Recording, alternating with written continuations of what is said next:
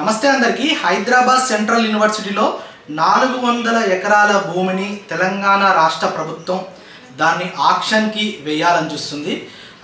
400 ఎకరాలని private సంస్థలకు అమ్మి అక్కడ ఐటీ కారిడార్ని డెవలప్ చేసి ఇన్ఫ్రాస్ట్రక్చర్ని డెవలప్ చేయాలని ఆలోచనలో ఉంది.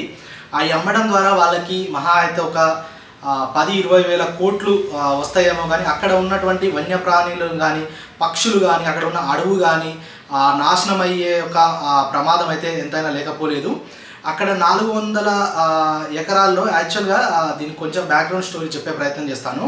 ఈ 400 ఎకరాలని చంద్రబాబు గారి పీరియడ్లో ఒక ప్రైవేట్ సంస్థకి ఇవ్వడం జరిగింది. కానీ వాళ్ళు కొన్ని కారణాల వల్ల వాళ్ళు పనులు స్టార్ట్ చేసుకోకపోవడం వల్ల తర్వాతకి 2004లో వైఎస్ రాజశేఖర రెడ్డి గారు సీఎం కావడం, మళ్ళీ ఆ భూమిని మళ్ళీ ఆ 400 ఎకరాలని గవర్నమెంట్ సుప్రీంకోర్టు వరకు వెళ్ళి ఫైట్ చేసి ఆ 400 ఎకరాలని మళ్ళీ బ్యాక్ తీసుకురావడం జరిగింది. బ్యాక్ వచ్చిందంటే అది గవర్నమెంట్ దగ్గర ఉన్నట్టు కాదు, అది హైదరాబాద్ సెంట్రల్ యూనివర్సిటీ పరిధిలోనే యాక్చువల్గా 2400 ఎకరాలకు పైగా దీన్ని పార్లమెంట్లో ఒక చట్టం చేసి మరి ఈ హైదరాబాద్ సెంట్రల్ యూనివర్సిటీని ఏమంటారు దాన్ని స్థాపించడం జరిగింది. ఈ 2400 ఎకరాల్లో మొత్తం ఈ భూములన్నీ కూడా హైదరాబాద్ యూనివర్సిటీకి చెందినవే. ఒకవేళ దాంట్లో ఏమన్నా పెట్టాలనుకుంటే దానికి ఏమైనా రీసెర్చ్కి సంబంధించింది, స్టూడెంట్స్కి ఎడ్యుకేషన్కి సంబంధించింది ఏదైనా సరే ఎడ్యుకేషన్ రిలేటెడ్గా, రీసెర్చ్ రిలేటెడ్గా, టెక్నాలజీ రిలేటెడ్గా ఏదైనా చేసుకోవాలి. కానీ అంతేగాని ప్రైవేట్ సంస్థలకి అమ్ముకుంటానికి అయితే వెసులుబాటు లేదు. ఇప్పటివరకు అలా కొంతవరకు భూమిని ఒక 800 ఎకరాల వరకు కొన్ని సెక్టార్లకి కేటాయించడం జరిగింది. అవి కూడా అన్ని ఎడ్యుకేషన్ ఇన్స్టిట్యూట్స్కే ఈ గత ప్రభుత్వాలు కేటాయించడం జరిగింది. కానీ ఇప్పుడు కమర్షియల్ పర్పస్లో కమర్షియల్గా రేవంత్ రెడ్డి గారి ప్రభుత్వం దాన్ని వేలం వేసి దాని నుంచి వచ్చి కొంత సొమ్ముని పోగు చేసుకుందామనే ప్రయత్నం అయితే చేస్తుంది. రీసెంట్గానే బీఆర్ఎస్ ప్రభుత్వం హయాంలోనే ఆ కేసు గెలవడం జరిగింది. ఆ భూమి గవర్నమెంట్దే అని తేల్చి చెప్పింది. అప్పుడు యాక్చువల్గా హైదరాబాద్ సెంట్రల్ యూనివర్సిటీ మొత్తం కూడా పారిగోడ అనేది ఉంటుంది. 2400 ఎకరాల చుట్టూ కూడా పారిగోడ కట్టించుకున్నారు. కానీ అప్పుడున్న పరిస్థితుల్లో మరి గవర్నమెంటే ఇచ్చింది, స్వయాన సెంట్రల్ గవర్నమెంట్ ఇచ్చింది, ఇందిరాగాంధీ ఇచ్చింది. దానికి రిజిస్ట్రేషన్ అనేది అయితే జరగలేదు. కానీ ఆర్డర్ కాపీలో పేర్కొన్న దాని ప్రకారం రాష్ట్రపతి జారీ చేసిన గెజిట్లో కానీ పార్లమెంట్లో ఉన్న చట్టంలో కానీ ఆ భూమి అంతా కూడా మన హైదరాబాద్ సెంట్రల్ యూనివర్సిటీకి చెందిందే. అది ప్రభుత్వానికి ఏం సంబంధించి ప్రభుత్వం అన్నా యూనివర్సిటీ అన్నా అవి రెండు కూడా దానికి జస్ట్ ఒక గార్డియన్ అంటే సంరక్షకులుగా ఉండాల్సిందే. ఏమన్నా విద్యార్థుల యొక్క భవిష్యత్తు కోసం ఏమన్నా అలా ఇన్స్టిట్యూషన్స్ పెట్టుకోవాలంటే పెట్టుకోవచ్చు. కానీ కమర్షియల్ స్పేస్లో దాన్ని అమ్మే అంత అధికారం అయితే వాళ్ళకి లేదని క్లియర్గా గైడ్లైన్స్ అయితే ఉన్నాయి. కానీ రేవంత్ రెడ్డి గారు సొమ్ము చేసుకోవడానికి, ప్రభుత్వం నడిపించుకోవడానికి, గ్యారంటీలను నెరవేర్చుకోవడానికి ఈ అమ్మే ప్రయత్నం అయితే చేసుకున్నాడు. దాంట్లో రకరకాలమైన పక్షులు ఉన్నాయి, జంతువులు ఉన్నట్టుగా మనకి కనిపిస్తుంది, వీడియోలు కూడా ఉన్నాయి. మొన్న చాలా ఉదారమైన పరిస్థితి, జేసీబీలు అన్నీ వచ్చి ఒక్కసారిగా ఆ చెట్లన్నీ కూల్చేయడంతో అక్కడ ఉన్న పశుపక్షాలు మొత్తం అరుస్తున్నాయి, తీవ్రంగా అరుస్తున్నాయి. ఆ వీడియోలు అయితే చాలా బాధాకరమైన వీడియోలు మనకి బయట కూడా కనిపించినాయి.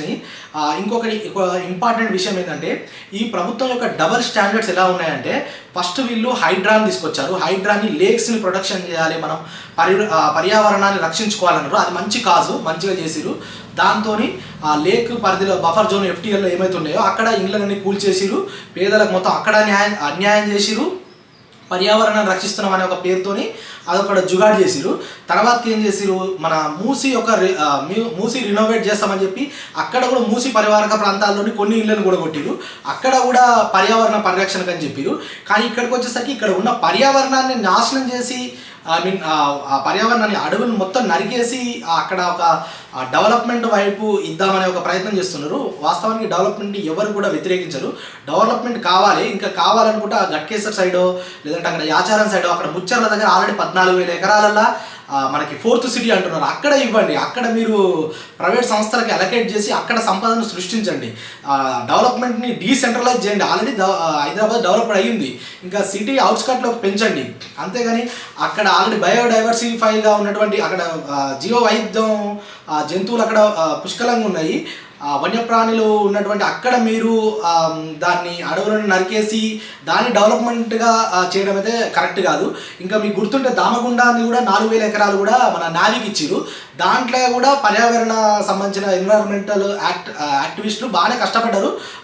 పౌర సమాజం మొత్తం వాళ్ళకి అండగా నిలిచింది. కానీ అది దేశ భద్రతకి సంబంధించిన అంశం కాబట్టి కొంచెం వెనక్కి తగ్గి అది మన దేశానికి సంబంధించిన భద్రతకు సంబంధించిన కాబట్టి కూడా అందరు కొంచెం సపోర్ట్ చేసారు. కానీ ఇక్కడ మాత్రం అన్నెసరీగా గవర్నమెంట్ ఈ అడవిని నాశనం చేయడం అనేది కరెక్ట్ కాదని పౌర సమాజం మొత్తం దానికి అండగా నిలుస్తుంది. ఇంకా అసెంబ్లీ సాక్షిగా రేవంత్ రెడ్డి గారు ఒక మాట అన్నారు, దాని గురించి ఒక చిన్న క్లారిఫై చేసే ప్రయత్నం చేద్దాము. అక్కడ గుంట నక్కలు ఉన్నాయన్నారు, కానీ ఆ గుంట నక్కలు అన్న పదం వాడిరు. ఆ పదం బీఆర్ఎస్ మరియు బీజేపీ నాయకులు ఎవరైనా ఈ స్టూడెంట్స్ వెనక ఉండి నడిపిస్తున్నారనే ఉద్దేశంతో అన్నారు. కానీ రేవంత్ రెడ్డి గారు డైరెక్ట్గా స్టూడెంట్ని అయితే అనలేదు. నేను కొన్ని వీడియోస్ చూశాను, అది ఏదో డైరెక్ట్ స్టూడెంట్స్కి ఆపాదిస్తున్నట్టు కొన్ని నేను ప్రచారం చూశాను. అదైతే రాంగ్. రేవంత్ రెడ్డి గారు అన్న ఉద్దేశం, అక్కడ పర్సెప్షన్ ఏంటంటే ఆ బీఆర్ఎస్ బీజేపీ వాళ్ళు వెనక ఉండి చేస్తున్నారని అయితే అన్నాడు. ఇంకోటి, రేవంత్ రెడ్డి గారు అక్కడే అసెంబ్లీ సాక్షిగా ఒక ఏమంటారు ఫ్యాక్ట్ చెక్ చేసుకోకుండా ఒక ఫాల్స్ అలిగేషన్ చేసిండు. అక్కడ ఏం జంతువులు లేవని చెప్పారు, కానీ అది మాత్రం ముమ్మాటికి అసత్యము. ఎందుకంటే అక్కడ చాలా నమలిళ్ళు, జింకలు ఉన్నాయి, అవి చనిపోతున్నాయి. ఆ వీడియోస్ కూడా మీకు పెడతాను, చూడండి.